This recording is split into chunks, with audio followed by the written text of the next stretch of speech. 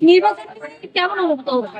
নির্বাচন নিয়ে এবার দেওয়ার অনেক ভালো লাগবে পারবো কিনা না।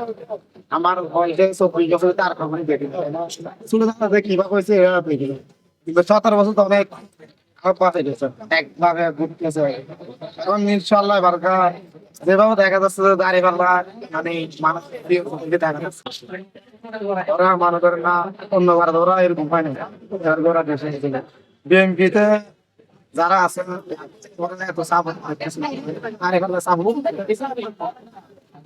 নির্বাচন নিয়ে কি কোনো সংশয় আছে মনে?